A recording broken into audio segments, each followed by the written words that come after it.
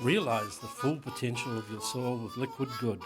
The combination of humic and fulvic acids promotes healthy and natural soils, resulting in healthier and more nutritious food. Applications of Liquid Good makes nutrients in the soil bioavailable to your plants, so they thrive, avoiding dependence upon chemical fertilizers. It's safe and easy to use. Liquid Good, micronutrients for plants.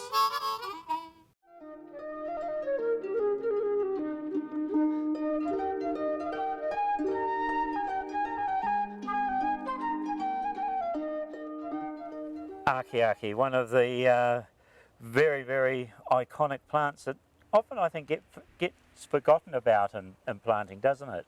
Yeah, it's a good plant, the Aki. It's particularly for the coastal areas because it handles the sandy areas a bit easier than some of the other plants. And it's a good one for shelter belts as well. Yeah, and you've got a particularly good strain because often you get quite a bit of mixed colouring in the lines, don't you? But good, solid green. Yeah. Generally for the Taranaki Regional Council, they want them grown as the green ones. They don't usually like the red ones, although you see the odd red one in there.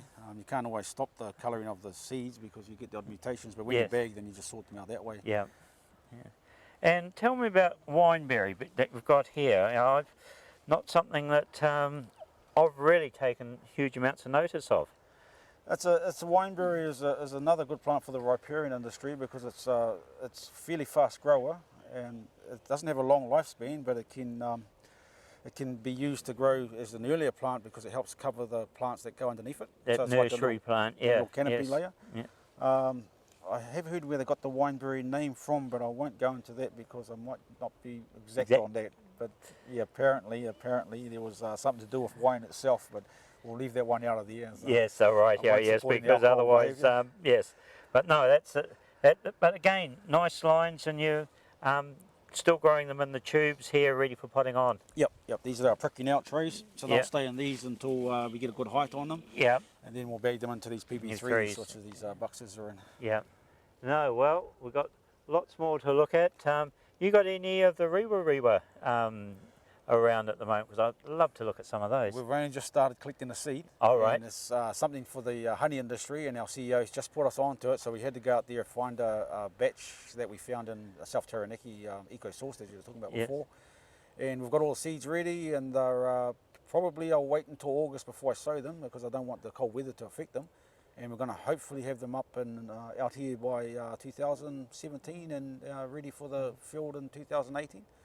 And the idea is to have them ready for the bees and see how they go in replacement of Manuka. Yes. So how does the Manuka honey industry affect you with everybody wanting, I imagine, wanting Manuka to replant where they cut all that scrub off for many years? Yeah, so we've done a couple of Manuka courses and gone to a couple of conferences, so we're trying to keep up with the Manuka times.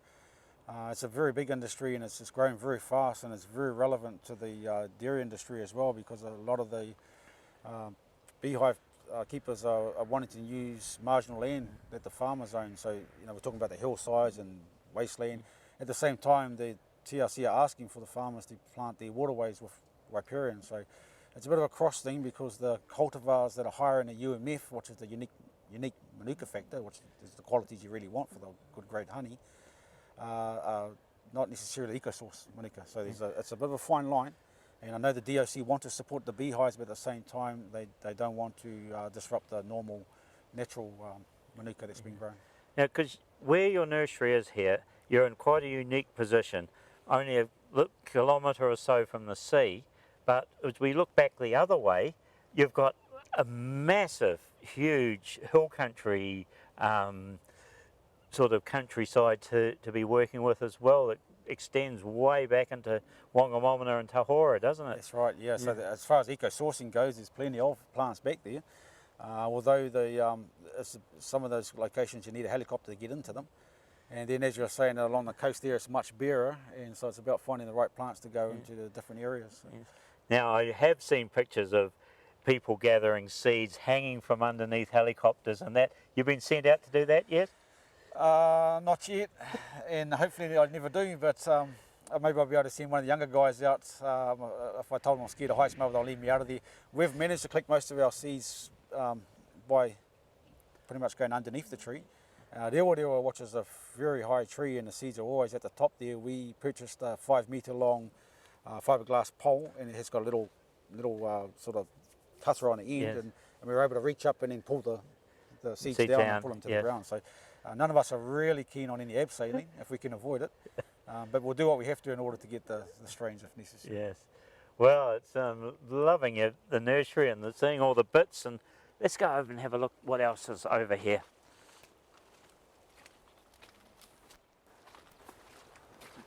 Now this is an attractive little plant, and what is it?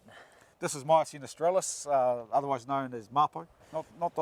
Not the easiest plant to grow, mapo. It has a lot of problems with the root rot and fungicides, but if you hit it with the right stuff, you can sort of keep them at bay.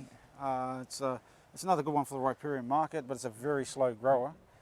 And Seed grown? yes, these are all Yeah. grown from seeds. Yeah. We tend to buy our seeds in sometimes if we can't get a hold of the source ourselves.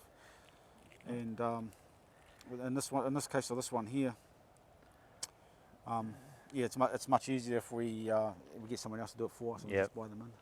But there is, to me, there amazing potential for cut foliage, because look at those red stems and the coloured leaves. That'd be a I agree with beautiful you, yep. plant for export cut foliage market. Yep, you'll be right Below there the too. riparian plantings. It is one of the prettier plants. Yes. This one here, the mapo, and yeah, most definitely it's got a lot of potential if you can get the right atmosphere and get the right conditions for it. Yeah. Well, I congratulate you on being able to grow them. Well, coming to your nursery, can people pop in and see you at any time? Are you open for public sales, or do they need to look up and give you a call? We do sell to the public, but generally our main contracts are around the Taranaki Regional Council, because not many people know where we are. We don't do a lot of advertising, and we tend to do a lot of land care work at this time of the year where we're not actually on site. And if you find our phone number, it's much easier to ring and make sure we're here, because this time of the year we do a lot of land care work where we're going out planting. So we planted over the time I've been here well over 250,000 plus of these plants out in the fields. So yes, we do sell to the public, but we're not always on site because of it. And having planted so many and being a part, what do you feel when you go back and see them growing years later? Oh, yeah, that's a really fulfilling as part of my mahi, or part of the work, to travel some of the areas that we have planted and to see the results. And particularly with natives, it's not a fast thing. You can plant them, you can go back next year and you just see a whole lot of weeds. And you can go back there 3 years later, 6 years later, and then they start to pop up. And after about 7, 8 years, you've got some really nice fields happening, and they have very, very good results that we've found up to date. Yeah. Now, before we go, Kii Tahi, what does it mean? Kii Tahi is actually the name of an ancestor for our Ngāroru iwi, and he was known as a man of his word. So if he said something, it was guaranteed that was what he meant. So it's basically, I quite like the name myself. There's a Māori proverb for it, and it's he tangata Kii Tahi, which basically means the man that spoke his word. Yes. So trees from Kii Tahi, they will do what they're supposed to do. Well done. Thank you very much then. Thank you. Well, it's great seeing a nursery such as Kii Tahi growing local plants for local use and local planting. Possibly it's one of the big problems in the New Zealand nursery world is the distances that we transport plants, and we don't get strong local plants growing. Well, here's another partia icon, becoming an icon, the Garden of Tutanui, created by artist Kim Jarrett and donated to the South Taranaki district by the Taranaki Arts Festival Trust. And it has a beautiful story, and the Tutanui, the whale, is found in different stories throughout the Pacific. But you're going to have to visit and walk the garden. Well, until next time, I'm going off for a visit to a beautifully muralated, how do you like that for a word? public toilet.